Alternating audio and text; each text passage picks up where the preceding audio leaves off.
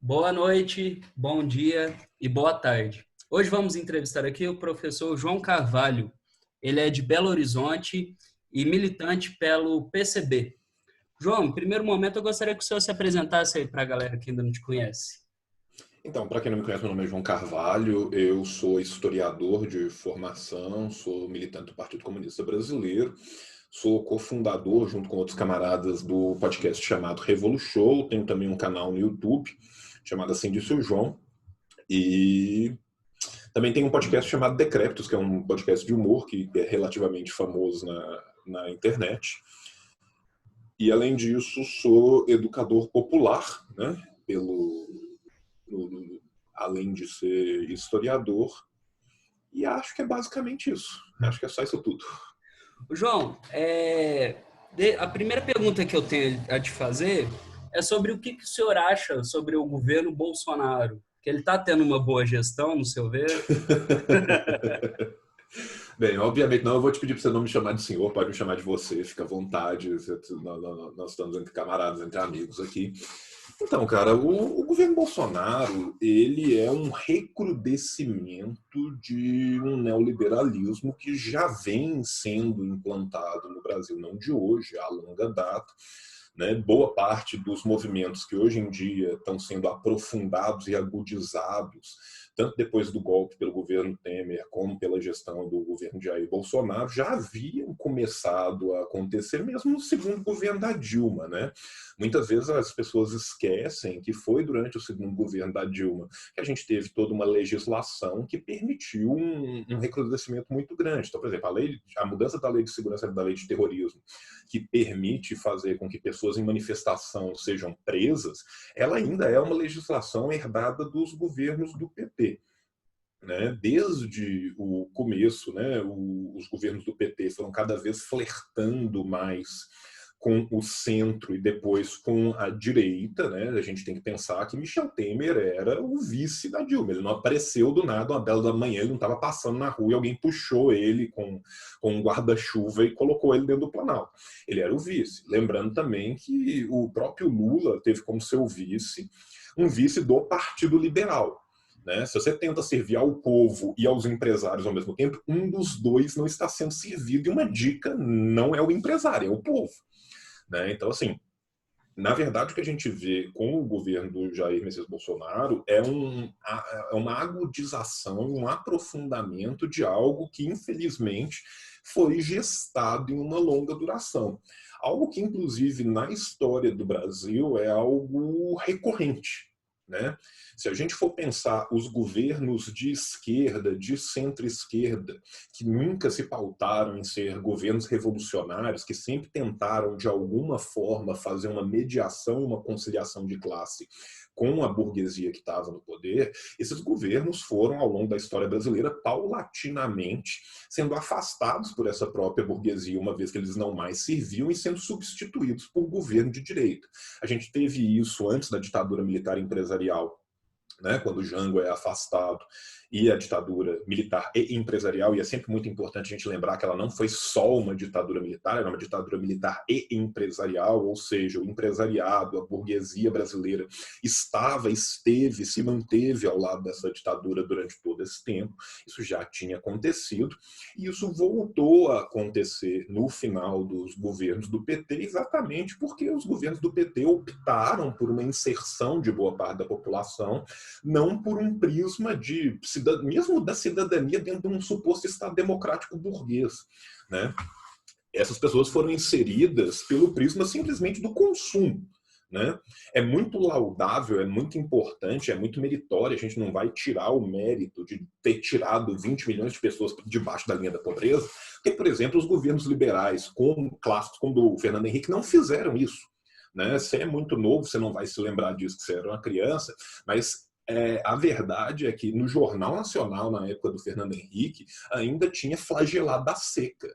Tinha gente descendo do Nordeste de pau de arara e morrendo de fome. Né? Então, assim, você teve ao longo dos governos do PT mais de 20 milhões de pessoas que saíram debaixo da linha da pobreza e tiveram, de fato, alguma dignidade. O problema é como que essas pessoas foram inseridas. As pessoas foram inseridas no mercado simplesmente por um prisma do consumo. E essas pessoas foram muitas vezes despolitizadas. O governo do PT, o que nos incomoda na esquerda revolucionária dos governos do PT, não é o que o governo do PT fez, é tudo aquilo que ele deixou de fazer, né? Lembrando aqui que eu sou militante do PCB, o PCB fechou causa com o governo do Lula no seu primeiro governo. Isso que eu E ia logo falar. depois, quando o governo do PT se mostrou um governo pronto a conciliar classes e pronto a entregar de mão beijada tudo aquilo que se esperava que fosse ser feito para o trabalhador, para tentar manter a burguesia calma e tranquila, nós, desde o começo, notamos que aquilo tinha um fim muito claro. Né? Qual que é o problema dessas ideias de pauta mínima? Quando você opta desde o começo pela pauta mínima, você nunca vai ter nem a pauta mínima. Sabe? É uma questão negocial muito simples. Se eu chego para você e falo assim, olha, o mínimo que eu estou disposto a receber por isso aqui é 5, você não vai virar para mim e falar assim, então beleza, toma seus 5 aí, seja feliz. Você vai virar para mim 3, 2,5. E aí você vai acabar recebendo 3,5, 4. Então, assim, a pauta mínima ela já entrega de mão beijada por muito menos algo que poderia ser muito mais. Os governos do PT eles foram governos de pauta mínima para os trabalhadores quando tiveram as pautas. Porque, infelizmente, houve um abandono muito grande de boa parte daquelas pessoas que levaram esses governos a serem eleitos. Então, assim, a questão indígena, a questão ecossocial, mesmo a questão das minorias LGBTQI dentro dos governos do PT ficou muito aquém do que qualquer pessoa de esquerda gostaria que tivesse acontecido. Pois muito bem, houve uma despolitização muito grande da população como um todo, né, que se aproveitou do momento econômico. O Lula deu muita sorte no momento econômico do PT, principalmente os dois governos do Lula. O momento econômico do governo da Dilma já foi muito pior. Mas principalmente o primeiro governo do Lula foi um momento maravilhoso. Você teve uma crise gigantesca do capitalismo global, que permitiu que o Brasil, como exportador de commodities básicas, ganhasse muito dinheiro, porque essas commodities estavam sendo muito necessárias. Então, por exemplo, o que a gente exportou para a China no primeiro governo do PT foi um absurdo. Então, assim, a gente ganhou muito dinheiro com isso, e isso permitiu que houvessem políticas redistributivas que alavancassem parte da população debaixo da linha da pobreza. O problema é como que essas pessoas foram inseridas. Elas foram inseridas no mercado sob um prisma simplesmente de consumo, e no mercado capitalista você só é gente enquanto você consome. Depois disso, você que se foda. Né? E houve assim, não houve uma reinversão desses valores numa estrutura econômica brasileira que permitisse uma modernização, uma profundização dessa estrutura. Antes, pelo contrário, a gente vem passando por ciclo atrás de ciclo de desinvestimentos nos fatores produtivos da nossa industrialização. Nós vemos um país cada vez mais desindustrializado e cada vez mais voltado ou para a exportação de coisas básicas ou para um terceiro setor, né? Com uma sociedade que foi despolitizada. No segundo governo da Dilma, e o PT sempre se reelegeu prometendo aquilo que ele não cumpriu no governo anterior. Então, assim, no primeiro governo não deu porque a base era ruim, mas nós vamos fazer no segundo. Aí todo mundo vai lá e elege Lula de novo. O segundo não deu, mas o terceiro é o que vai sair. Aí foi lá e entrou a Dilma. Não, mas não deu ainda para fazer, mas agora as reformas vêm, vai ter isso, vai ter aquilo. E nunca teve. E aí, com o tempo, essa base do centro, da direita, das burguesias que estavam se aproveitando desse ciclo de crescimento, chegaram à conclusão que elas poderiam crescer muito mais e explorar muito mais o povo sob uma outra ótica de governo. Isso leva à erosão da base de apoio do governo do PT, que levou ao golpe, que por sua vez entra o Michel Temer. Quando o Temer entra, você já tem um desnível gigantesco, porque aí o neoliberalismo começa a entrar forte, fudido mesmo, assim, desculpa com perdão da palavra, botando na bunda do cidadão brasileiro. Então, assim, a quantidade de direitos que a gente já perdeu, a quantidade de mudanças na legislação que vão causar dano por 15, por 20 anos na frente, que já é um arcabouço legal do governo Temer, já era muito grande. A verdade é que essa fragmentação, esses estilhaços que se tornaram a política institucional burguesa, levaram à eleição do Jair Bolsonaro, que foi uma campanha de longa duração. Ao contrário do que haviam sido todas as outras campanhas, não só do período da nova Constituição Republicana desde 88, mas todas as outras campanhas presidenciais que a gente já tinha tido no Brasil, o Bolsonaro ele saiu em campanha muito antes da campanha em si. Tanto que, por exemplo, o PSDB, o PT foram pegos de calça curta pelo tipo de campanha que foi feito pelo Bolsonaro e pela sua trupe. Então, assim, quando você vê que o PSDB, na figura do Alckmin, tentou chamar todo o centrão para dentro da sua formação eleitoral ali, para poder ter o máximo de tempo de televisão possível, porque as campanhas até então tinham sido decididas no tempo de televisão. Tanto que o Alckmin tinha tipo 18 minutos e o resto do pessoal somado tinha 12. Era uma diferença muito brutal. Quem tinha mais depois tinha 10 minutos a menos de televisão diária. Bolsonaro tinha 1 minuto e pouco de televisão. Sabe? Então, assim, as campanhas tradicionalmente eram pautadas nisso. Os partidos políticos tradicionais, lê-se o PT e o PSDB principalmente, que mesmo durante os governos em que o PT teve no Executivo Federal, PT e PSDB foram as duas grandes forças da política brasileira e nos grandes estados eles iam se alternando no poder. Esses partidos não conseguiram ver essa mudança que estava acontecendo e eles foram brutalmente surpreendidos. Tanto que é muito triste a gente pensar da eleição do Bolsonaro, que a gente não pôde nem celebrar a morte do PSDB. Porque o PSDB morreu naquela eleição e a gente não pode celebrar isso porque veio algo muito pior. Houve a gestação de um protofascismo muito pior. Né? E isso só foi possível exatamente por causa dessa despolitização da sociedade e dessa queda do consumo e da entrada econômica, porque aquelas pessoas que tinham sido inseridas nessa sociedade, aqueles 20 e poucos milhões de pessoas que tinham saído debaixo da linha da pobreza, votaram em sua esmagadora maioria em Jair Messias Bolsonaro.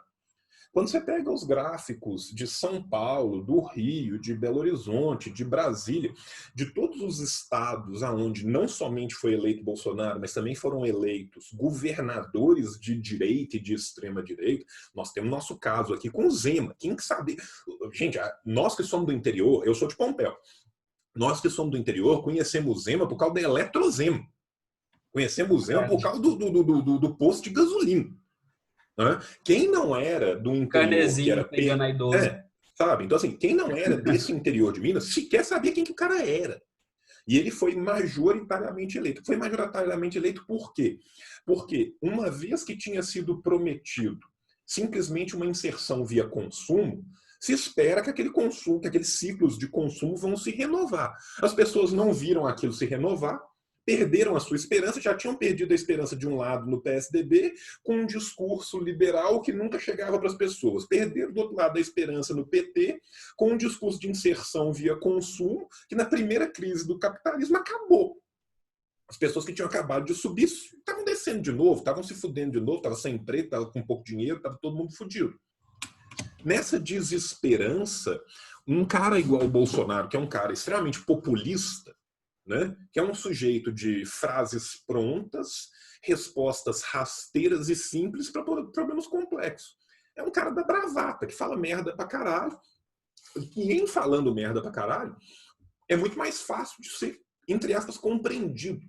É muito mais fácil para uma pessoa que não vai ter educação formal, que não vai ter acesso, que não é politizada, ouvir o Bolsonaro falar: o senhor foi eleito aí, o gás vai lá embaixo, o dólar vai lá embaixo, tudo vai dar certo, é Brasil acima de tudo, e Deus, e não sei o quê.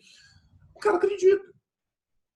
Porque o cara não tem um arcabouço político para pensar: esse cara é um deputado do Centrão, que está ali há 30 anos junto com a sua família, corrupto pra caralho, tem ligação com milícia, tem ligação com não sei o quê, recebe dinheiro de auxílio para aluguel enquanto tem apartamento nos lugares, desvia dinheiro para fazer rachadinha, colocou os filhos todos na política. Ninguém para pensar nisso. O cara só ouve o discurso ali de fachada falando: tudo vai ser melhor, tudo vai ser diferente, Deus, bandeira do Brasil, preço baixo.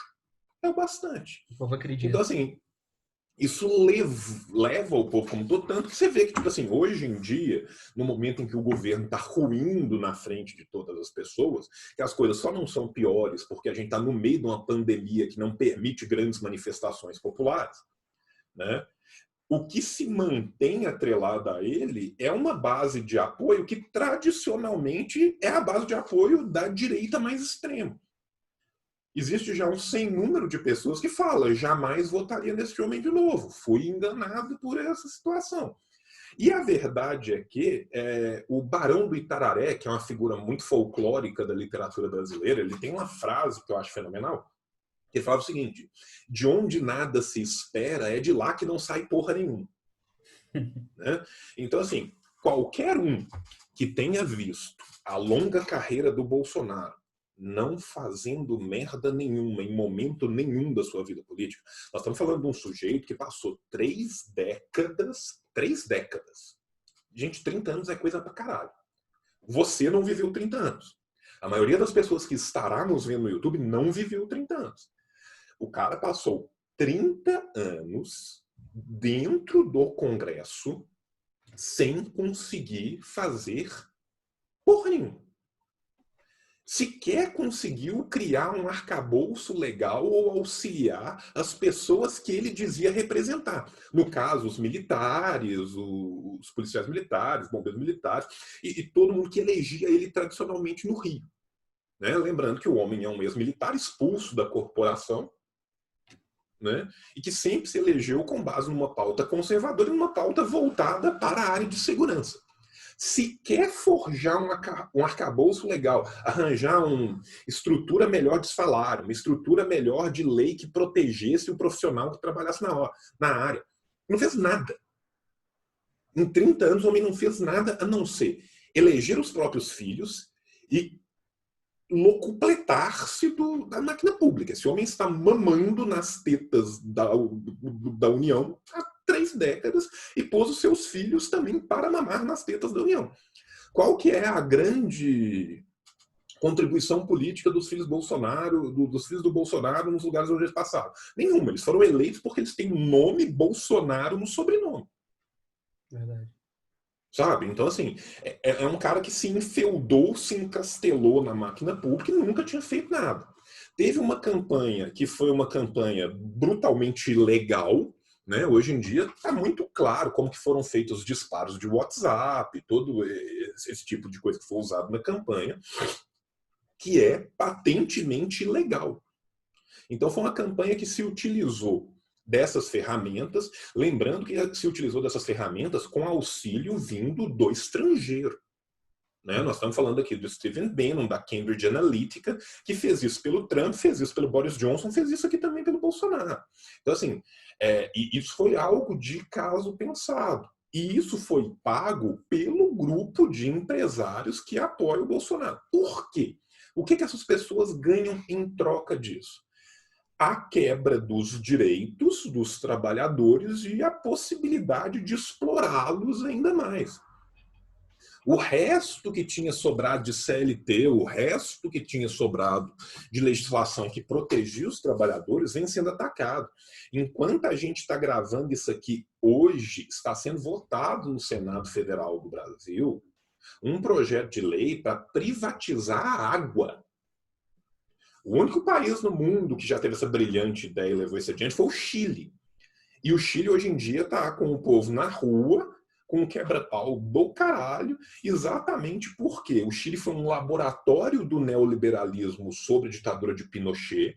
Lembrando que Guedes, que é o nosso atual ministro da Economia, trabalhava na parte econômica da ditadura do Pinochet. Ou seja, não é que ele está tendo uma grande, brilhante ideia que ele nunca pensou na vida e está fazendo isso aqui a primeira vez, não. Ele está simplesmente aplicando um corolário neoliberal que nunca deu certo em lugar nenhum e que foi tão prejudicial que mesmo o Banco Mundial, lembrando que o Banco Mundial não é um lugar onde os comunistas vão para discutir economia. O Banco Mundial é uma instituição multilateral criada pelo Consenso de Washington.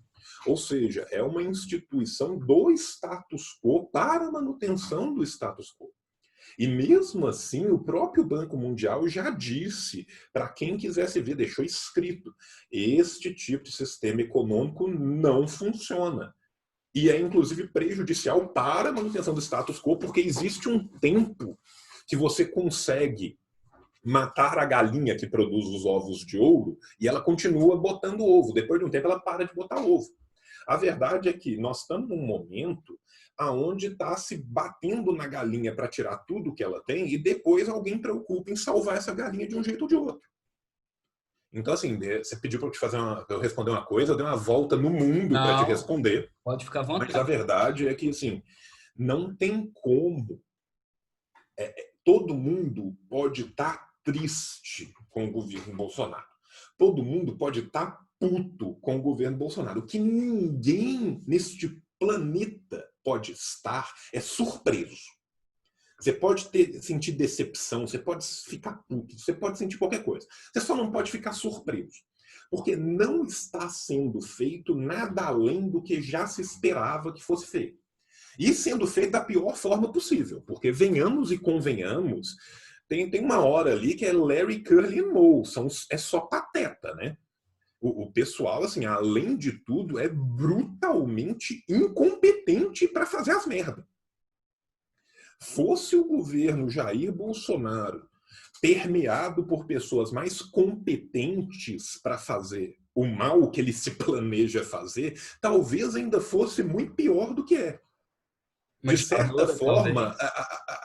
De certa forma, a incompetência geral do governo também vem do seu amadorismo. E vem do amadorismo por isso, gente. Essas pessoas nunca tiveram antes numa condição de poder.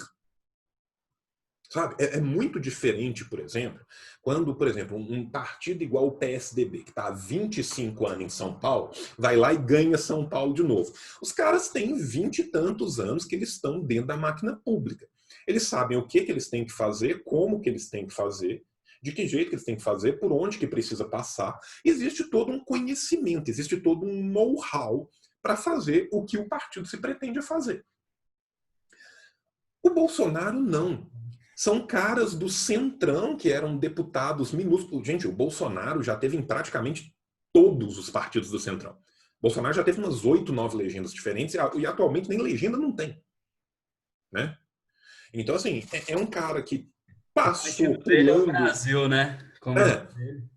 Então, assim, um cara que passou pulando por todos os pequenos partidos do Centrão, nunca teve poder nenhum, sempre foi um deputado menor do Centrão, quase que um deputado caricato, gente. Quem cresceu o Bolsonaro como figura pública no Brasil foi a Luciana Gimenez e o CQC. O Bolsonaro era um cara que, vamos colocar aí, 2015, 2014... ele só era conhecido ou por quem acompanha muito política, quem é muito hardcore de acompanhar a política, ou quem fosse do Rio de Janeiro. Quem não fosse do Rio de Janeiro, ou quem não acompanhasse política de uma forma quase profissional, não conhecia. Bolsonaro foi aparecer para a grande mídia falando merda no Super Pop e falando merda no CQC. E no caso de família. E no caso família. Então, assim, e foi literalmente a partir disso que ele se apercebeu que ele tinha, de fato, um vácuo de poder para crescer. E esse vácuo de poder foi criado por essa despolitização e, às vezes, por uma questão de uma ultrapolítica de criar mitos que não existiam. Então, por exemplo, o Reinaldo Azevedo, analista liberal, que hoje em dia passa o dia inteiro batendo no Bolsonaro, devia ter mais amor com o filho dele. Porque ele foi um dos que ajudou a gestar esse canalha no poder. Quando o Reinaldo Azevedo, junto com o Merval Pereira e outros caras, começaram a criar o arquétipo do Petralha, porque o Petralha ele é praticamente um arquétipo junguiano, é uma coisa de louco. Né? Quem que é o Petralha? O Petralha não existe, mas ele é uma força na sociedade, e ele faz tudo de ruim e tudo de podre, é o Petralha. E do outro lado, nas eleições, por exemplo, foi criada uma distensão como se fosse muito diferente o PT e o PSDB, como se fossem dois extremos gigantescos que não tivessem nada um com o outro. Como se PT e PSDB não viessem gentilmente trocando os espaços de poder dentro da nova República Brasileira há mais de 20 anos. Em todos os grandes estados que o PT e o PSDB foram se trocando, nas prefeituras das capitais, depois nos governos, foram governos complementares um dos outros. Se você for pensar o que foi o governo do Lula, do ponto de vista econômico, os 2 primeiros governos do Lula são um continuismo do governo do FHC. Inclusive, são um continuismo dos mesmos nomes. São as mesmas pessoas das equipes econômicas de um que permaneceram no outro. Se no primeiro escalão tem uma ou 2 mudanças, no segundo escalão quase não tinha. As pessoas que tinham se mudado para Brasília, vindas de São Paulo, para participar dos governos do FHC, continuaram morando em Brasília porque elas todas foram mantidas no governo do Lula. Então, assim, em compensação, na hora das campanhas, era colocada aquela coisa, a Regina Duarte falando que tem medo, a campanha do Aécio contra a Dilma como se fossem, né? Tipo assim, um fosse o Sol, o outro fosse a Lua. Fossem brutalmente opostos e diferentíssimos. Não era. E isso criou esse vácuo, né? Aproveitando-se também da quebra institucional brutal que aconteceu com o golpe contra a Dilma, né? Porque, assim, foi literalmente, os caras decidiram, não, vai ter um terceiro turno, nós vamos tirar. E isso criou todo esse vácuo de poder que levou a essa loucura que é o Brasil hoje em dia. Cara, o Brasil nunca foi para amadores, né? A gente sempre esteve muito próximo de uma distopia, né? O Brasil é aquela coisa que você fala assim, pô, um roteirista de série da HBO teria dificuldade de escrever as coisas que acontecem no Brasil. O ano de 2020, então, meu amigo, se você for pensar que, tipo, a filha do Olavo de Carvalho estava tomando um suco de laranja na porta em Atibaia, onde o Lula teve todos os seus problemas, na porta do sítio do advogado do filho do presidente, porque ela delatou que o Queiroz estava lá dentro.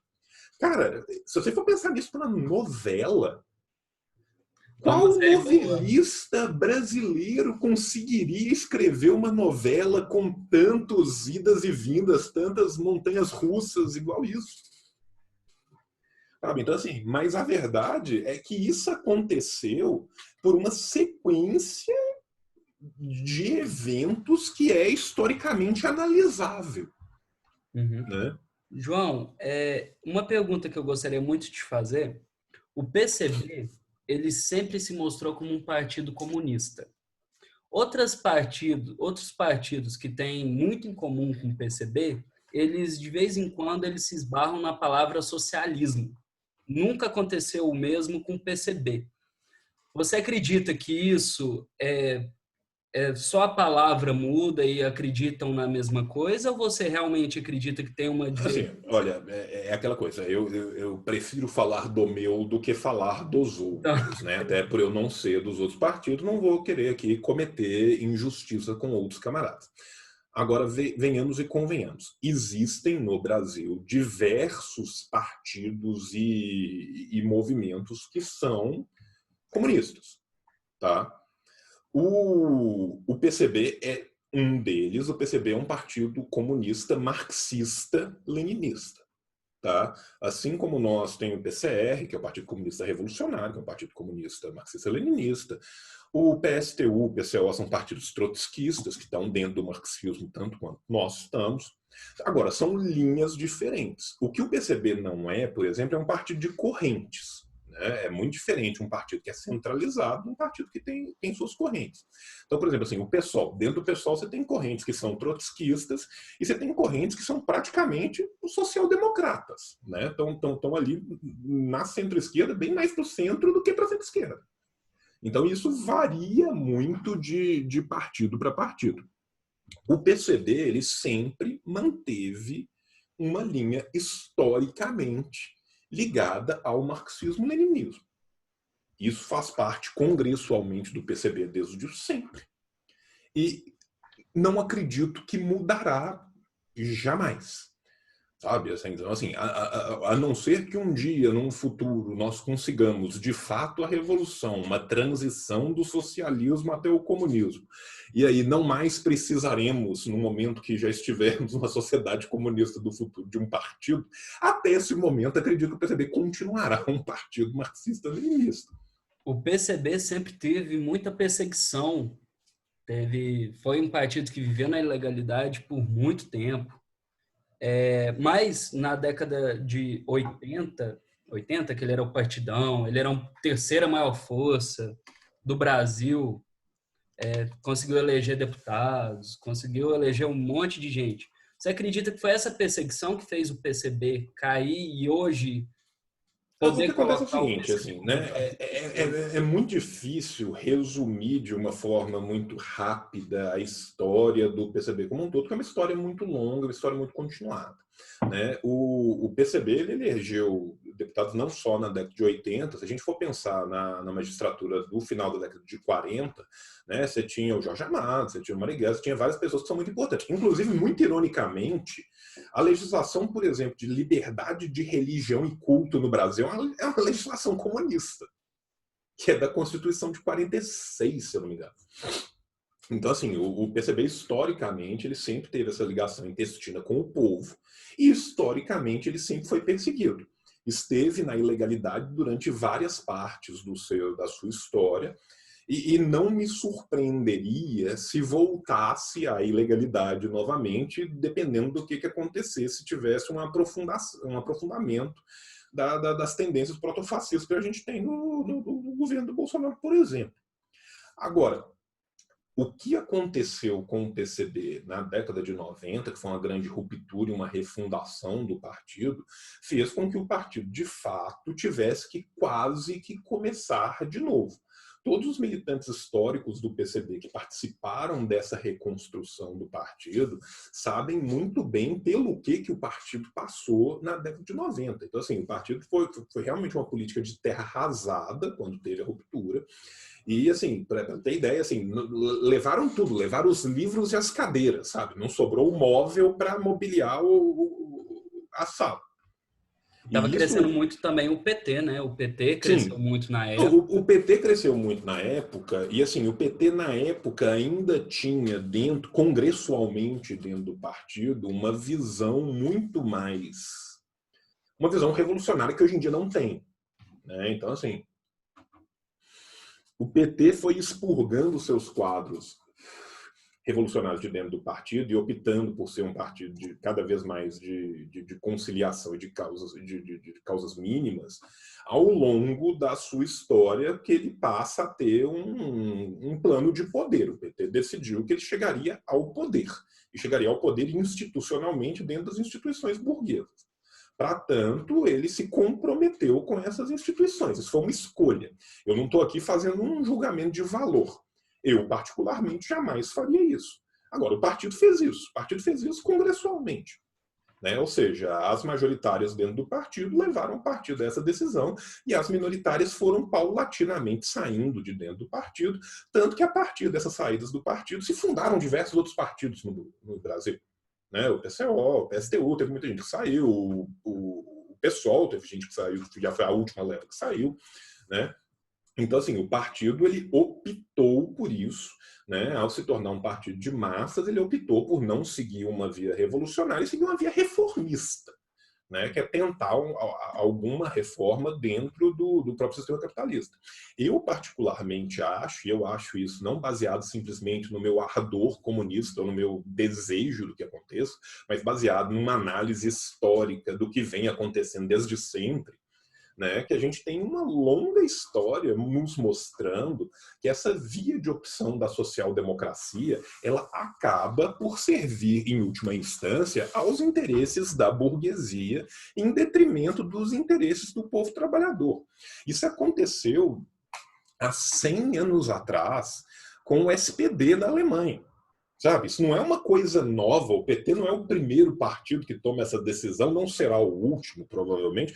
E isso já vinha acontecendo há muito tempo. Da mesma forma que se a gente fosse voltar no século XIX, é óbvio que de uma forma diferente, o que veio a se tornar o Partido Trabalhista na Inglaterra, ele também optou. Se você for pensar o que era o movimento cartista, o Morning Star, na década de 1840 na Inglaterra, e o que veio a se tornar depois o Partido Trabalhista inglês, é uma opção. Opção histórica é essa que levou a alguns ganhos para a classe trabalhadora e muitas perdas.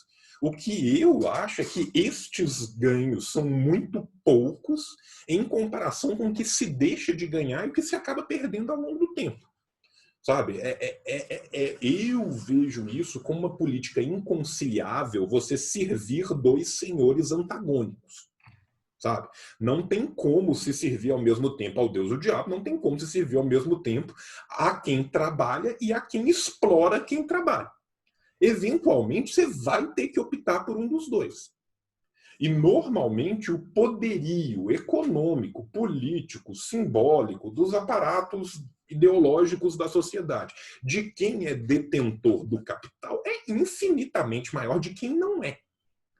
E uma vez que essas pessoas começam a ser contrariadas, eventualmente, o que elas fazem? Elas falam, então se fode aí, você e seu grupo, nós vamos dar um golpe, foda-se. Se você for pensar o que era o Partido Social Democrata, Partido Social Democrata, né, o Social Democrata Partei Deutschland, né, que era o SPD alemão, antes da Primeira Guerra, e o tempo que demora até o surgimento de Hitler, é muito curto. E foi cada vez mais com a conciliação do SPD que foi se permitindo esse vácuo de poder, onde depois a direita entrou e explodiu. Né? Então, assim, eu particularmente vejo como uma solução de conciliação de classe que sempre quem vai sair perdendo é a classe trabalhadora. Não existe como se recuperar algo que é irrecuperável. Se você chegar num restaurante, o cara te trouxer um prato e tiver um cocô em cima do prato, e você falar, isso aqui é merda. Aí o cara fala, desculpa, eu vou consertar. E aí ele coloca confete, raspa um queijo, coloca azeite, continua sendo merda, sabe? Então, assim, o capitalismo é um prato de merda. Não adianta eu confeitá-lo muito bem, eu cozinhar essa merda com técnicas maravilhosas, que em última instância você continua tendo que comer merda. Sabe? Então, assim, este é o meu problema com essa solução conciliadora de classes. O PCB nunca conciliou classes. E a partir do momento que parte das pessoas que lá dentro estavam decidiram conciliar, elas saíram e os que ficaram, que não conciliam, continuam, tiveram que refazer essa construção. Hoje em dia, por mais que os números em relação ao absoluto da população sejam muito modestos, o PCB vem crescendo muito. Se você for pensar o que é a União da Juventude Comunista hoje, é o JC, o tanto que ela cresceu. Né? Nossos braços... O DCE de Uberaba, por sinal, ele, em suma maioria, é da UJC.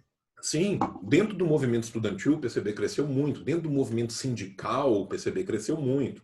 O coletivo negro do PCB, o Minervino de Oliveira, vem crescendo muito. O coletivo feminista do PCB também vem crescendo muito. Então, assim, existe um crescimento, e esse crescimento não é nem só do PCB, não.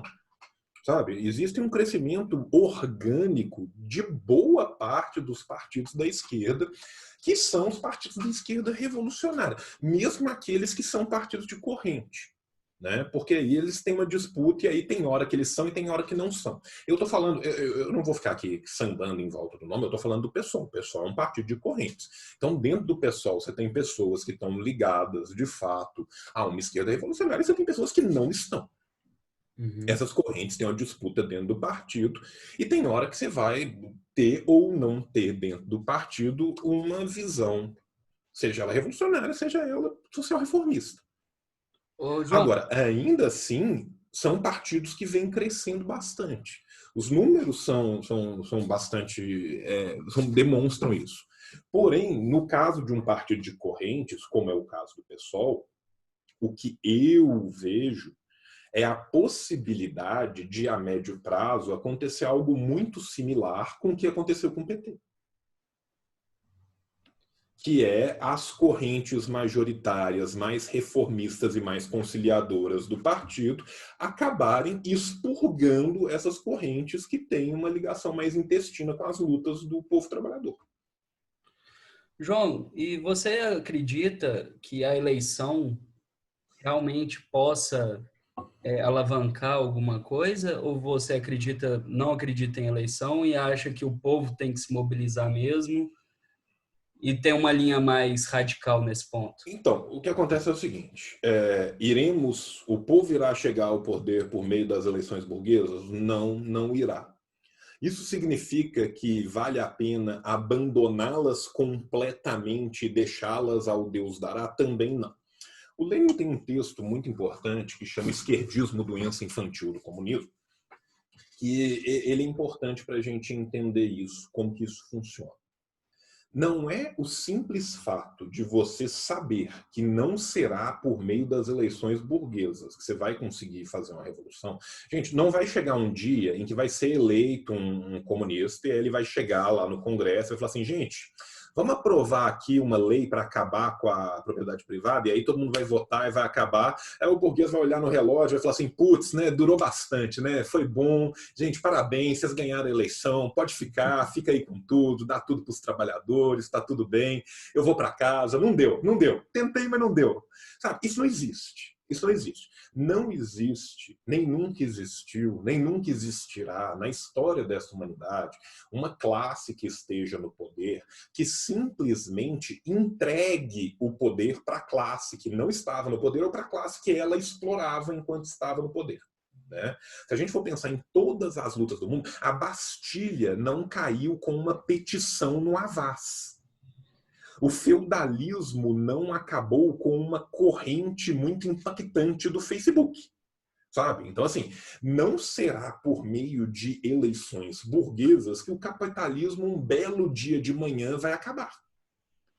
Isso não significa que o momento de eleições dentro de um sistema capitalista não possa e não deva ser usado para se alardear as ideias, para se fazer a propaganda, para se quebrar a ideologia e para mostrar para as pessoas o que de fato é acontecendo na sociedade. Então, o momento de disputa eleitoral, ele tem uma função também, que é essa função de propaganda, que é essa função de trazer consciência de classe. É um momento dentro da instituição burguesa do capitalismo onde você vai ter uma permeabilidade maior para conversar com a população. Agora, o que você não pode é achar que esse momento é único, né? Assim, gente, política não acontece de 4 em 4 anos ou de 2 em 2 anos. Muitas pessoas acreditam que política é o quê? De 2 em 2 anos eu sou forçado a acordar num domingo, ir num lugar, apertar 3 números numa urna e isso é política. Não é. A política se faz todo dia, o tempo todo, a qualquer momento. O que nós estamos fazendo aqui agora é política. As pessoas que vão estar vendo esse vídeo, concordando ou discordando, elas vão estar pensando a respeito disso. A militância, ela se dá no dia a dia.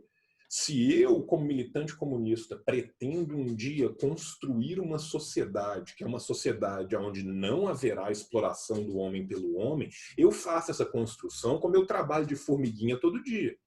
Eu tenho uma célula dentro do meu partido, onde eu milito, eu tenho meus programas, eu tenho o Revolt Show, eu tenho meu canal, eu tenho as coisas, eu tenho o Twitter, minhas áreas de comunicação onde eu faço. Todo dia, quando eu vou para o meu trabalho, quando eu volto do meu trabalho, agora não, porque a gente agora mora em casa para sempre, mas assim, na sua vida normal, você vai conversando com as pessoas, você vai trazendo consciência de classe na medida que você faz. Então, assim, a militância ela é uma coisa constante e o partido tem que se organizar para militar constantemente em todos os ambientes da sociedade, em todos os grupamentos da sociedade. Isso não significa que, apesar da via eleitoral não ser a via revolucionária, que ela não deva ser usada como artifício para se aprofundar a luta revolucionária. O próprio Lenin, logo depois que em 1905 você tem a primeira tentativa de revolução, dá errado, né? 1907 você tem a eleição de uma Duma que é extremamente conservadora.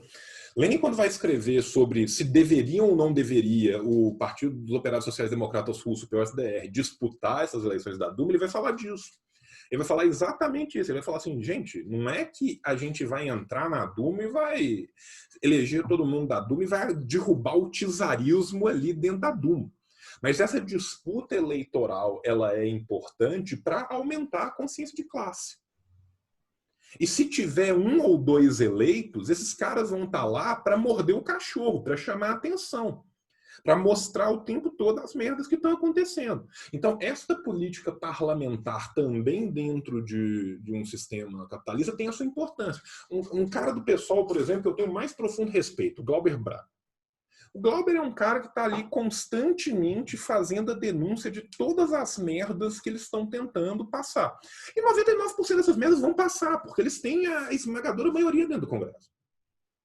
Só que existe uma função importante em ter um cara como o Glauber.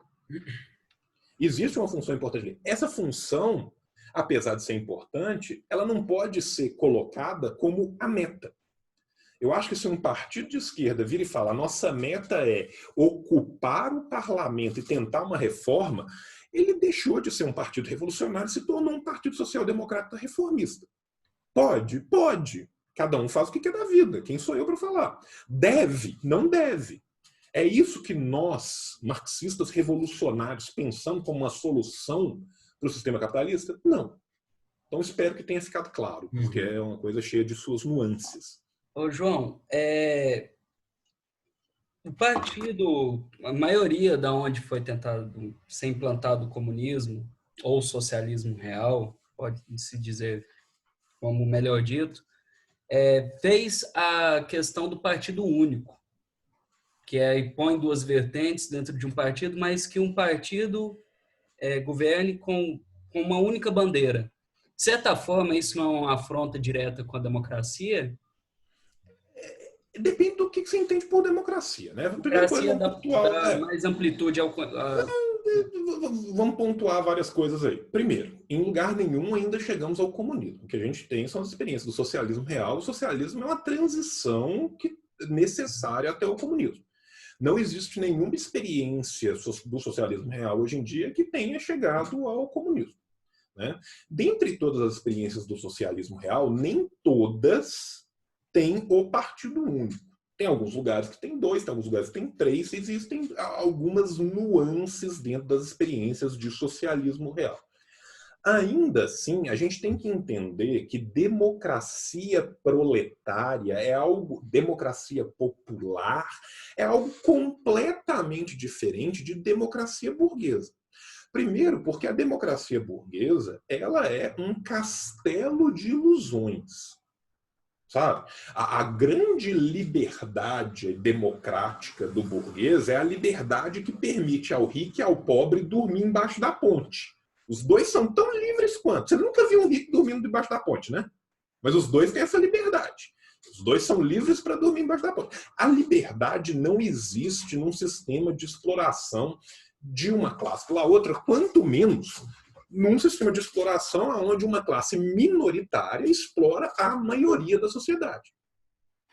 O que nós temos nas burguesias, que eles adoram chamar de democracias burguesas, na verdade são ditaduras. Se você for pensar no termo grego do que é uma ditadura, ditadura é um lugar onde um grupo comanda a sociedade. Quem de fato comanda a sociedade não é a população, não é o povo. Quem de fato comanda a sociedade dentro de qualquer sociedade capitalista são as suas elites. Sabe? O fato de você ter a possibilidade de ir no supermercado e escolher entre 38 marcas de sabão não significa que você viva numa democracia, de fato.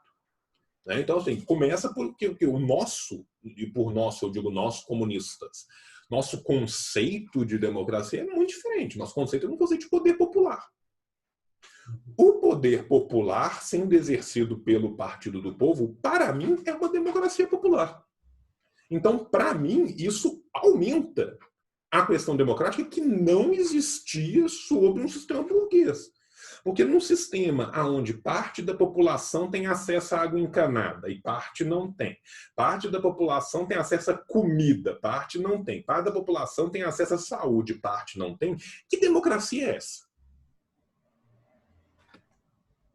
Então, assim, sobre a bandeira das supostas liberdades do cidadão, que na verdade é o cidadão burguês, porque assim, se esconde o povo com letra P maiúscula, o grande grupo de pessoas, a maioria da sociedade, sobre a falsa ideia de que o povo é livre. Isso é a democracia burguesa. A democracia burguesa esconde a realidade, que a esmagadora maioria da sua sociedade está passando um perrengue do caralho. Mal está sobrevivendo. Mal tem acesso ao mínimo para se manter vivo.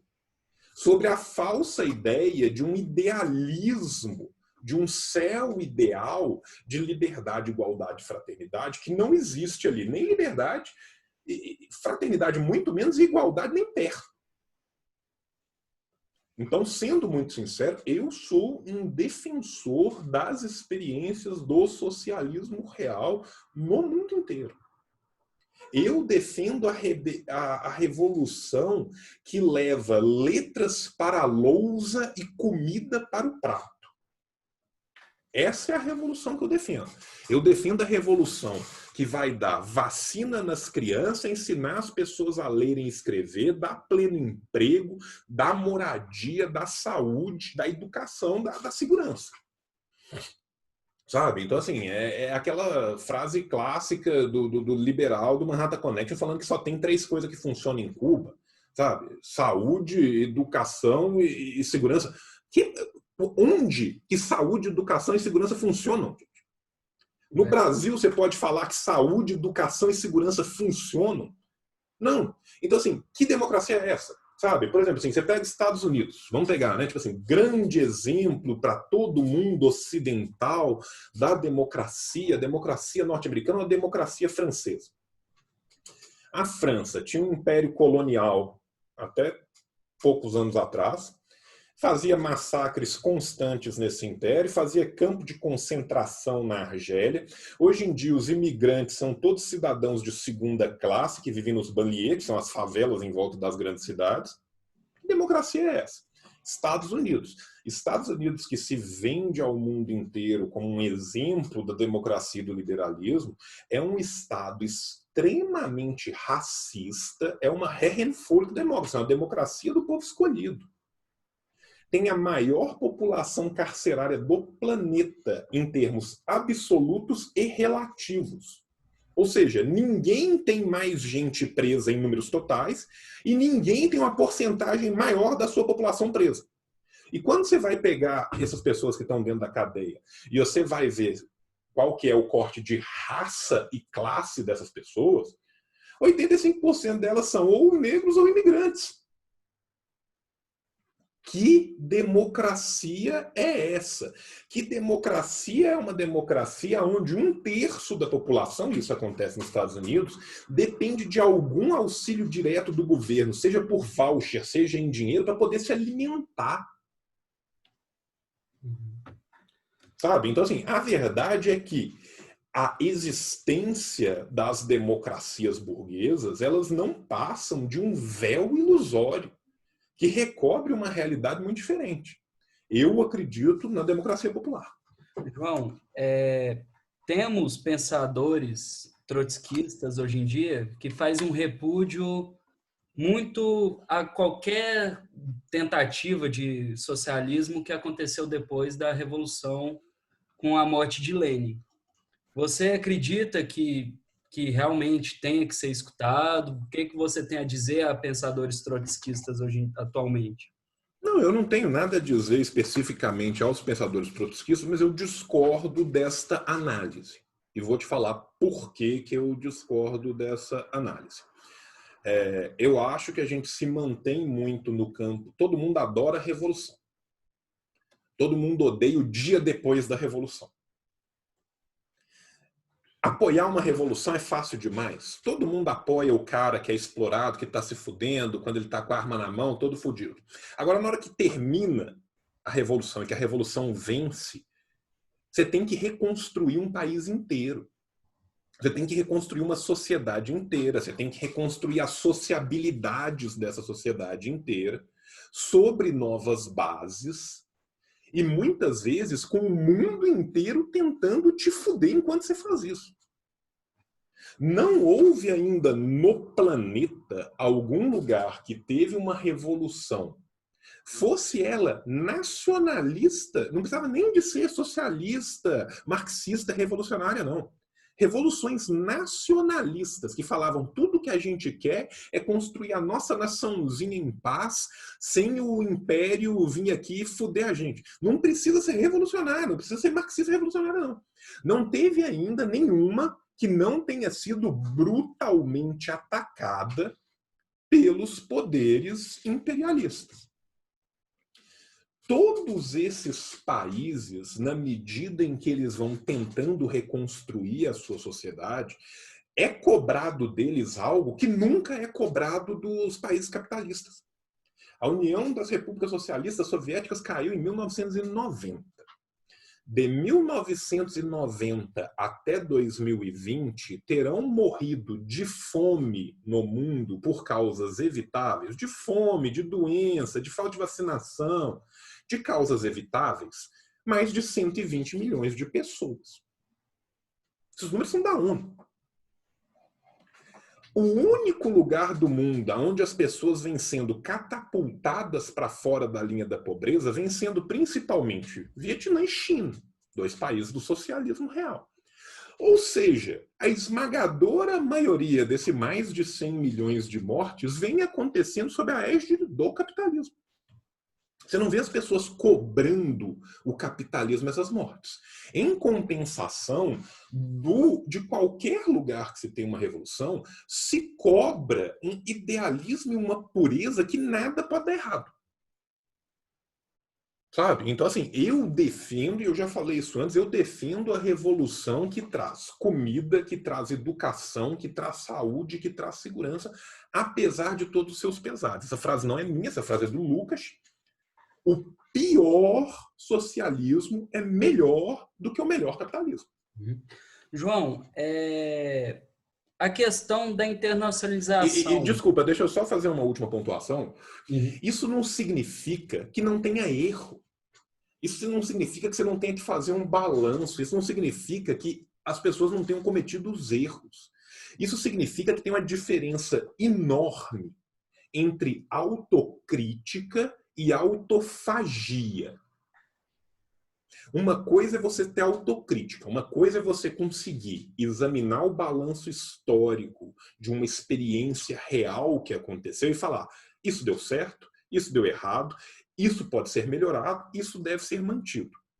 Outra coisa é você virar e falar assim, não é do jeito que eu gosto, então nada me serve. Então se não é assim, não vai. Isso é autofagia. A esquerda como um todo, e eu acredito isso principalmente a esquerda revolucionária, ela tem que parar de ser autofágica e tem que voltar a ser autocrítica. Sabe? É óbvio que tiveram erros. Inclusive, todos os lugares têm erro o tempo todo, porque quem faz tudo são humanos. Enquanto o ser humano for humano, ele vai fazer um rio de merda. Agora, isso não faz com que eu abandone todas as vitórias, e as vitórias são infinitamente superiores aos erros que são cometidos. Vou dar um exemplo de uma experiência que quase ninguém conhece, que é a experiência argelina depois da Revolução. A Argélia depois regrediu muito, abandonou completamente o socialismo. Mas os 10 primeiros anos pós-Revolução Argelina foram anos que eles tentaram implantar o socialismo com as características deles. Nesses 10, a gente tem que pensar que era um país que tinha 9 milhões de pessoas, 1 milhão delas morreu na guerra, o país inteiro foi destruído por bomba de napalm, bomba do caralho A4, que você imaginar. Depois que a guerra terminou, 1 milhão de pessoas emigrou para fora do país, e quem sobrou teve que reconstruir essa merda toda do nada. Em 10 anos, eles conseguiram sair de um grau de alfabetização de 40% para 80% da população. Em 10 anos, eles conseguiram reconstruir o país, a economia, em cooperativas autogestionáveis. Isso é uma vitória gigantesca. essa vitória para o povo argelino, para as pessoas que ali moravam, para a qualidade de vida dessas pessoas, é maior do que qualquer uma das merdas que tenha sido feito pelo Ben Bella ou pelo Boumediene. Isso não significa que eles não tenham feito merdas. Mas se eu for jogar no lixo o bebê junto com a água do banho, não me sobra nada. É nesse sentido que eu acho que a gente tem que repensar a forma como a gente é autocrítico. Uhum.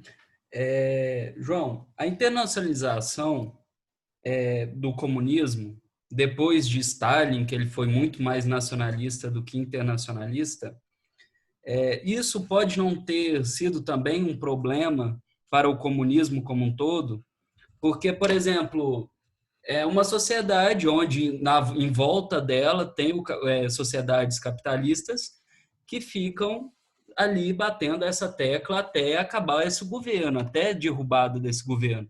A gente viu isso, por exemplo, em Cuba, que hoje em dia Cuba está se abrindo aos poucos, mas já está à mercê do capitalismo lá dentro, e entre outras.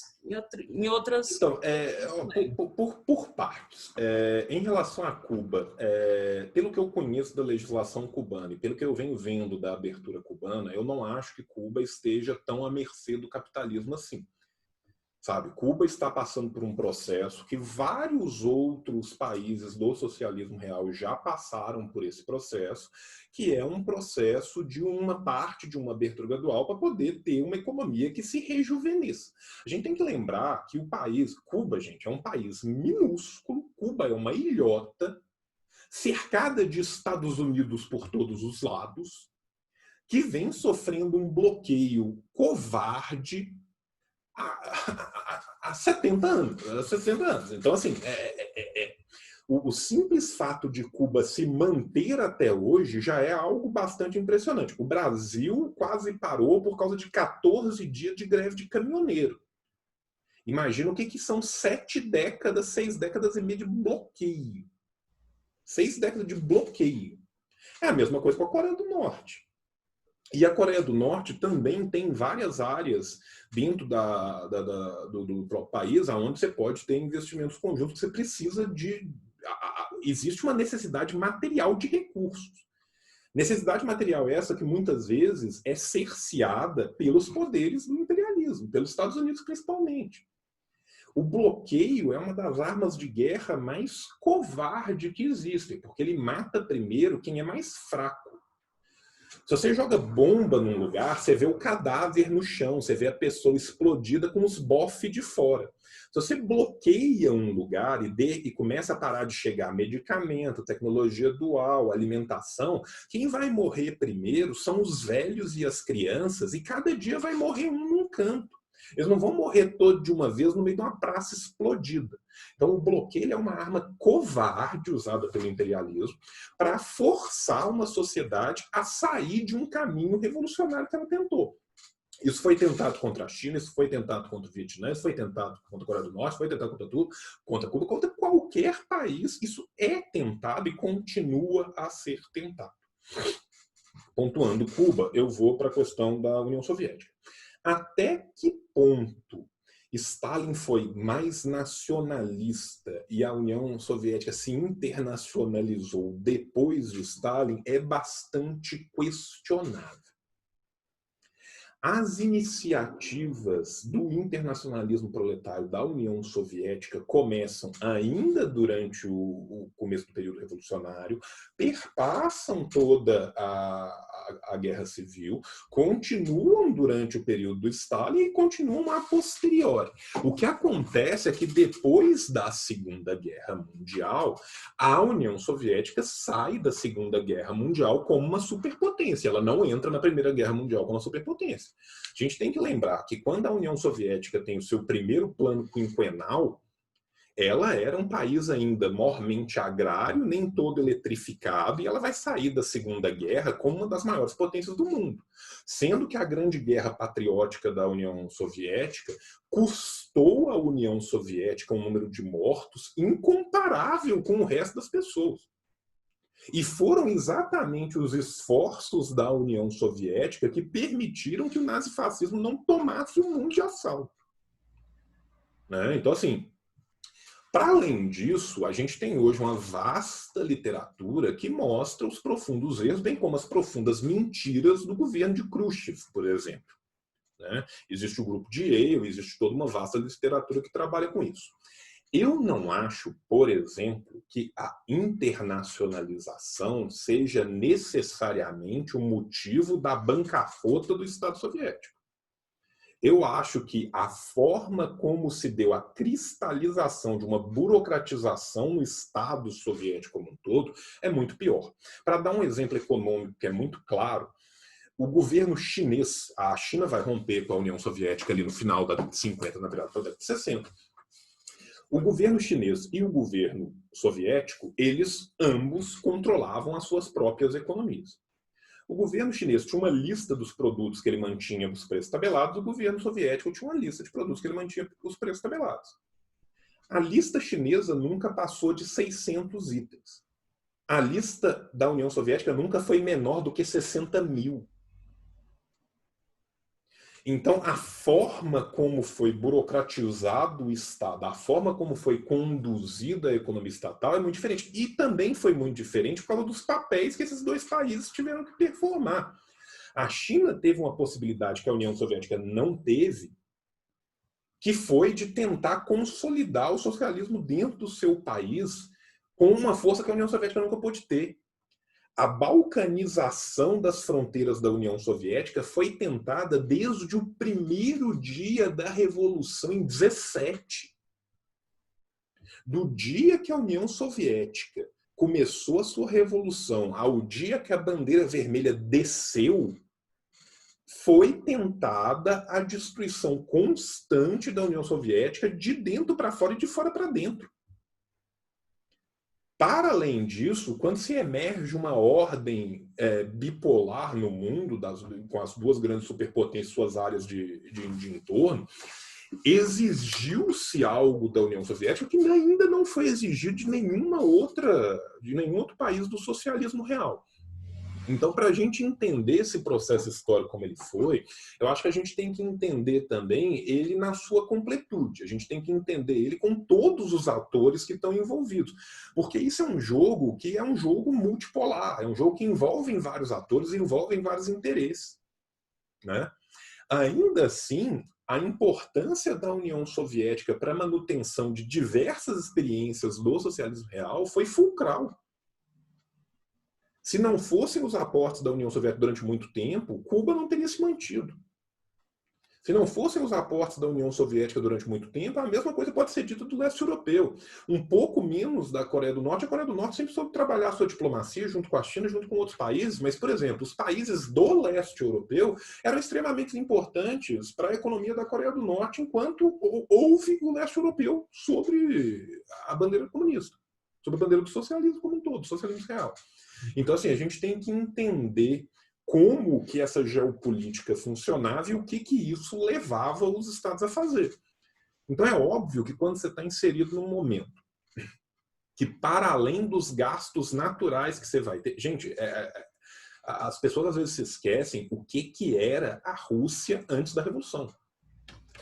A Rússia, antes da Revolução, era um país basicamente feudal, com 93% da população agrária, analfabeta, muito pouco eletrificado, mal cortado por rodovias, que foi catapultado em 30 anos para uma superpotência global. Os maiores crescimentos na história da contemporaneidade foram os dos países que entraram sob regimes do socialismo real.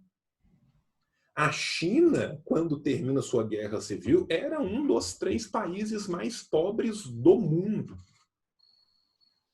A Indochina como um todo, Vietnã, Laos e Camboja, foram países que tinham sido colonizados duramente durante todo o século XIX, com tentativas já tendo sido feitas, inclusive no século XVIII, que no século XX tem que lutar contra 3 potências estrangeiras diferentes até conseguir sua liberdade. Hoje em dia, a economia do Vietnã é uma das economias que mais cresce no mundo, e a economia do Laos vem seguindo os mesmos modelos. As vitórias do socialismo real são inegáveis. O Só que a gente tem que entender também como que eles funcionaram dentro da égide do mundo no qual eles estavam inseridos. Então, eu acho que é importante a gente pontuar isso. A questão do... Por exemplo, Stalin mandou matar pessoas até do próprio partido, na época que ele assumiu o poder, pessoas que faziam crítica ao seu próprio governo. Então, de certa parte, não tinha um lado autoritário, pode se casar, sim, a um lado comunista também? Ou a gente tem que tentar desassociar as duas coisas, ou Cara, não... os processos de Moscou tiveram vários processos que são extremamente justos e tiveram vários processos que não foram justos. Uhum.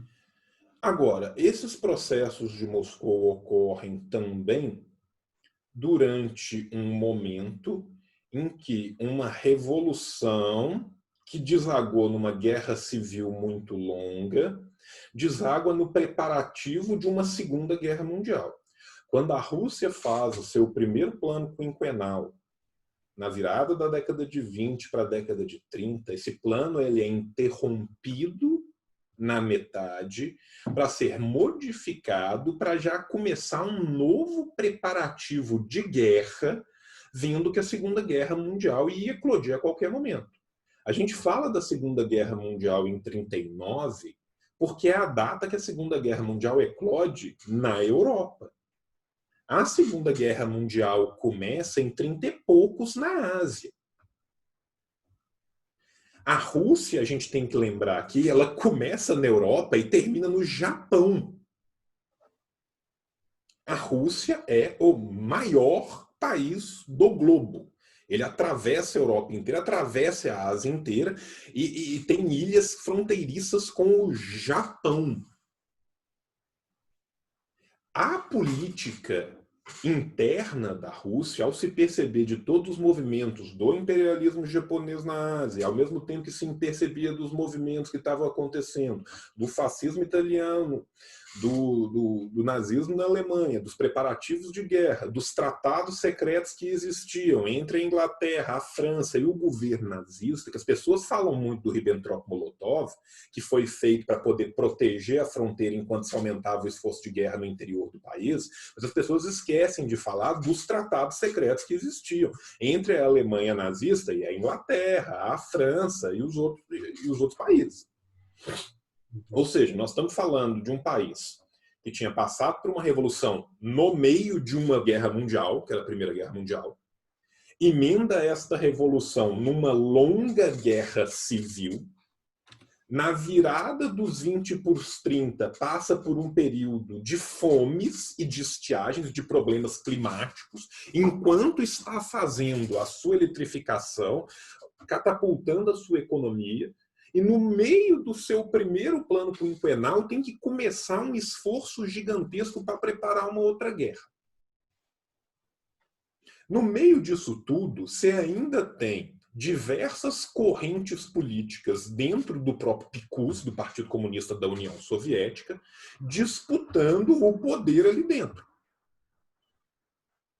É nisso tudo que vão acontecer esses processos. Porque às vezes, do jeito que as pessoas falam, fica parecendo o seguinte: a Rússia estava com tudo pronto, era uma sociedade, era os Jetsons, sabe? A Rússia era igual os Jetsons, tava a galera voando nos carros no meio da rua, com televisão de LED fazendo ligação no Skype em 1931. E aí, um belo dia de manhã, o Stalin, que era um louco, acorda e fala: vou matar a galera. Não é exatamente isso que aconteceu. Isso significa que todos os processos foram justos? Não. Tiveram processos que foram mal conduzidos. Tiveram processos que foram perseguição política exatamente por uma questão do grupo que está no poder. Agora, boa parte desses processos, de fato, e assim, a gente tem hoje esses arquivos abertos. E muito ainda se compra da propaganda khrushchevita da década de 50 sobre o que tinham sido essa abertura. Muito que se fala hoje ainda é comprando o 20º Congresso do Partido Comunista da União Soviética, lá no meio da década de 50, quando você tem também uma briga política e uma nova facção subindo ao poder. Isso significa que não houveram erros? Não, houveram erros profundos. Agora, esses erros têm que ser entendidos também no contexto em que eles aconteceram. E aí, assim, é aquela coisa, gente, desculpa, a revolução, ela não é um chá, ela não é um baile de máscaras burguês, ela não é um recital de poesia, né? A revolução é um processo extremamente violento, aonde uma sociedade será extirpada para que outra possa nascer. Eu não estou aqui querendo que ninguém tenha nenhuma ilusão em relação ao que é violência revolucionária. Quer saber o que é? Vai ler Engels, vai ler Mao Tse Tung, vai ler Fanon. Não existe este parto social. As pessoas não vão simplesmente chegar e falar assim, gente, agora é socialismo. Aí eu falo, tudo bem, tal. Eu era um cula que eu vivia de explorar o camponês e vender, comprar uma batata por 1 centavo e vender ela por 10 rublos, mas agora que eu recebi essa carta pelo correio, eu percebi que eu não posso mais fazer isso. Isso não existe. Uhum. As estruturas que estão arraigadas para que elas possam ser mudadas, muitas vezes elas vão ter que ser mudadas à força. O cara que é latifundiário, se você virar para ele e vou falar assim, olha, meu amigo, a gente chegou à conclusão que agora quem tem que mandar é o poder popular, você poderia gentilmente repartir a sua terra em 20, ficar com uma parte para você e ceder 19? De cada 100, se tiver um que fala, não, posso sim, é muito justo, vai ser muito. Verdade. Então, para que as coisas aconteçam, muitas vezes é preciso que as coisas aconteçam por meio da sua expropriação. E a expropriação vai ser um processo violento. Mas ela não será tão violenta como a violência que é cometida contra 95% da população o tempo inteiro. Perfeito. Então, assim, eu acredito que a gente tenha que saber entender isso. É o que eu falei, tem que ter autocrítica, mas não autofagia. Uhum. João, há uma questão mais nacional. Está crescendo muito um movimento que chama antifascista. E aí eu já te emendo duas perguntas em uma só. O senhor acredita que Bolsonaro, de certa forma, ele é um fascista? E o PCB, o senhor acredita que ele pode voltar à ilegalidade? Então, eu vou te responder da segunda primeiro, tá? Se o PCB pode voltar à ilegalidade. Porque Em governos tese, fascistas sempre foram... sim, em tese, pode. Qual que é o problema? Da forma como o Brasil é organizado nas suas instituições burguesas hoje, para que um partido seja colocado na ilegalidade, isso tem um controle dos poderes um sobre o outro. No presente momento, a gente não tem, por exemplo, no judiciário, o Bolsonaro com um grande controle. Se o Bolsonaro ficasse mais tempo no poder, tivesse uma troca dos juízes do Supremo, um aumento dos juízes do Supremo, ele conseguisse colocar uma maioria sua dentro do Supremo, as coisas mudam de figura. Ainda assim, se for pensar, hoje em dia, para você tomar uma medida, que é uma medida abertamente radical, que é colocar um partido na ilegalidade dentro mesmo do Congresso, você vai precisar de uma votação qualificada que hoje em dia não necessariamente se consegue para um tema que é tão menos importante do que outros para a agenda de aprofundamento neoliberal. A agenda de aprofundamento neoliberal ela se preocupa muito mais em cercear direito de trabalhador, aumentar o lucro, privatizar, conseguir dinheiro, do que propriamente tirar um partido de cena totalmente. Quanto mais os partidos da esquerda revolucionária, que hoje em dia sequer têm deputados no Congresso. Então, pode acontecer? Pode, porque absolutamente qualquer coisa pode acontecer, ainda mais na sociedade que a gente está vivendo e do jeito que as coisas vêm degringolando, para dar uma guinada para um lado ou para o outro dentro de um mês, tudo é possível. Eu acho que vai acontecer num futuro próximo? Não. Não acho que vá. Voltando à sua primeira pergunta.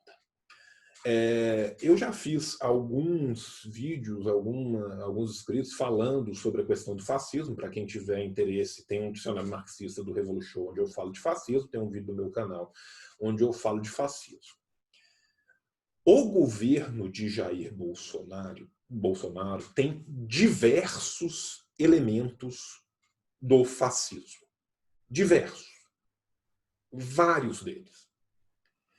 Mas eu, particularmente, ainda o considero protofascista.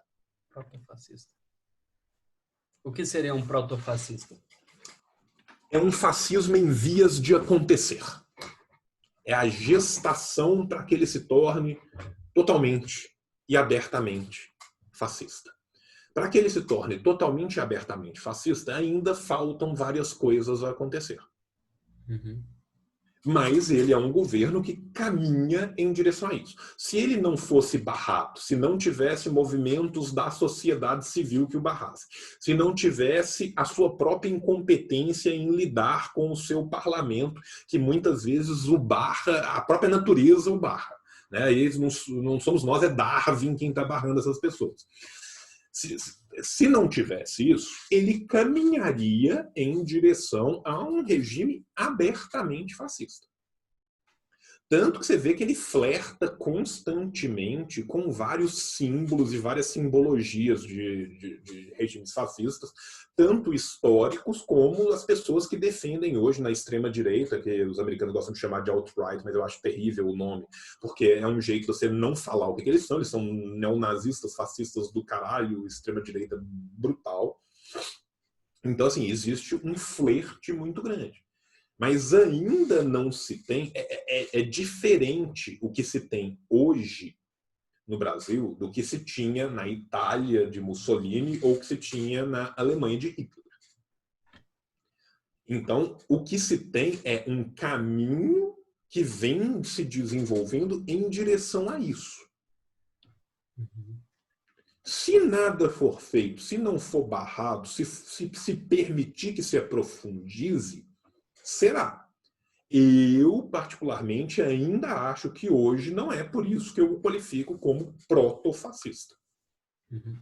João, a última pergunta que eu gostaria de te fazer é se você acredita que no Brasil exista liberdade de expressão ou nada Então, mais, nada menos é um modelo de sociedade que aquilo que você foge um pouco te repreende. Então, não existe, mas também não existe liberdade. Liberdade de expressão é uma coisa muito tênue, sabe? Assim, primeiro, no Brasil hoje em dia existe? Não, e talvez sim, dependendo para quem. É uma coisa absurda você pensar. Nós temos leis que coíbem, por exemplo, a manifestação de símbolos nazistas ou neonazistas. Há pouco tempo atrás, nós tivemos um camarada tomando uma cerveja com a suástica no braço e não foi preso. Há muito pouco tempo atrás, a gente teve um secretário especial de cultura, porque o Ministério foi demovido à Secretaria Especial, que copiou ipsis literis um discurso do Goebbels e não saiu de lá preso. Então, para isso, tem liberdade de expressão. Em compensação, você teve diversos processos, diversas perseguições. Por exemplo, a uma ativista transexual que numa parada do Orgulho Gay em São Paulo se colocou numa cruz, né, que, usando do elemento da crucificação cristã para denunciar o fato de que o Brasil é o país que mais mata transexuais no mundo. Essa pessoa foi perseguida e processada de diversas formas. Para ela não teve tanta liberdade de expressão assim. Então a gente tem que entender que numa sociedade, quem vai dominar os aparatos ideológicos daquela sociedade é o grupo que está no poder. A liberdade de expressão sempre será garantida ao grupo que está no poder e não necessariamente será garantida aos grupos que não estão. Da mesma forma que se você for pensar a liberdade de expressão que tem alguém que é detentor ou não dos meios de produção, que é trabalhador ou que é empresário, é muito diferente. Nas últimas manifestações antifascistas que a gente teve lá em São Paulo, teve um rapaz negro que ficou muito famoso, foi filmado no Brasil inteiro, discutindo com um cara que disse, com todas as palavras, que foi treinado na Ucrânia pelo Batalhão Azov, que é um batalhão abertamente neonazista. Com esse cara branco que falou isso, não aconteceu nada, mas o rapaz negro perdeu o emprego. Perdeu o emprego porque defendeu publicamente uma bandeira democrática. Em última instância, que liberdade de expressão tem nesta sociedade uma pessoa cujo emprego depende dele não poder defender que exista democracia na sua própria sociedade? É muito relativa, né? É muito relativo. Então, assim, a liberdade de expressão serve para uns, mas não serve para outros. Porque ela serve a quem tem acesso ao poder. É a mesma coisa. Uma pessoa que tem acesso ao sistema jurídico tem a garantia de muitos recursos e de não cumprir uma pena ou de comutar essa pena de uma forma com a pessoa que não tem acesso a um bom advogado, que não tenha dinheiro para pagar um advogado, os recursos, as custas e tudo mais, não vai ter. Quando a gente vê o sistema carcerário do Brasil, a gente vê uma maioria esmagadora de moleque primário que estão cumprindo lá porque eles não têm acesso nenhum ao sistema de direito. Na letra fria da lei, existe todo um arcabouço jurídico que deveria proteger essas pessoas, mas não protege. Né? Então, outra coisa, liberdade de expressão. Quantas vezes você vê, por exemplo, assim, o Facção Central, que é um grupo de rap que sempre tinha feito a denúncia social. Quantas vezes essas pessoas foram perseguidas por policiais, por milicianos que ameaçaram, que ligavam para casa, que falavam que ia matar, porque eles estavam cantando, fazendo uma denúncia da sociedade em que eles vivem. Eles não estavam mentindo, eles não estavam inventando, eles estavam simplesmente falando, olha, aqui onde eu vivo, o jovem negro é assassinado simplesmente por ser negro. Onde que, se você for pegar a Constituição, abrir ela bonitinha lá no artigo 5º, você vai ver que tem lá o direito à livre manifestação do pensamento. Para quem? Quando? De que forma? Até quando? Então, assim, isso é uma questão que vai variar muito e a gente tem que entender ela exatamente nesse dispositivo do Estado como um todo, que o Estado tem várias faces. A face do Estado para um jovem branco de classe alta é muito diferente da face do Estado para um jovem negro de classe pobre. O jovem negro de classe pobre que é pego com a buchinha de maconha de 5 gramas aparece no jornal como traficante.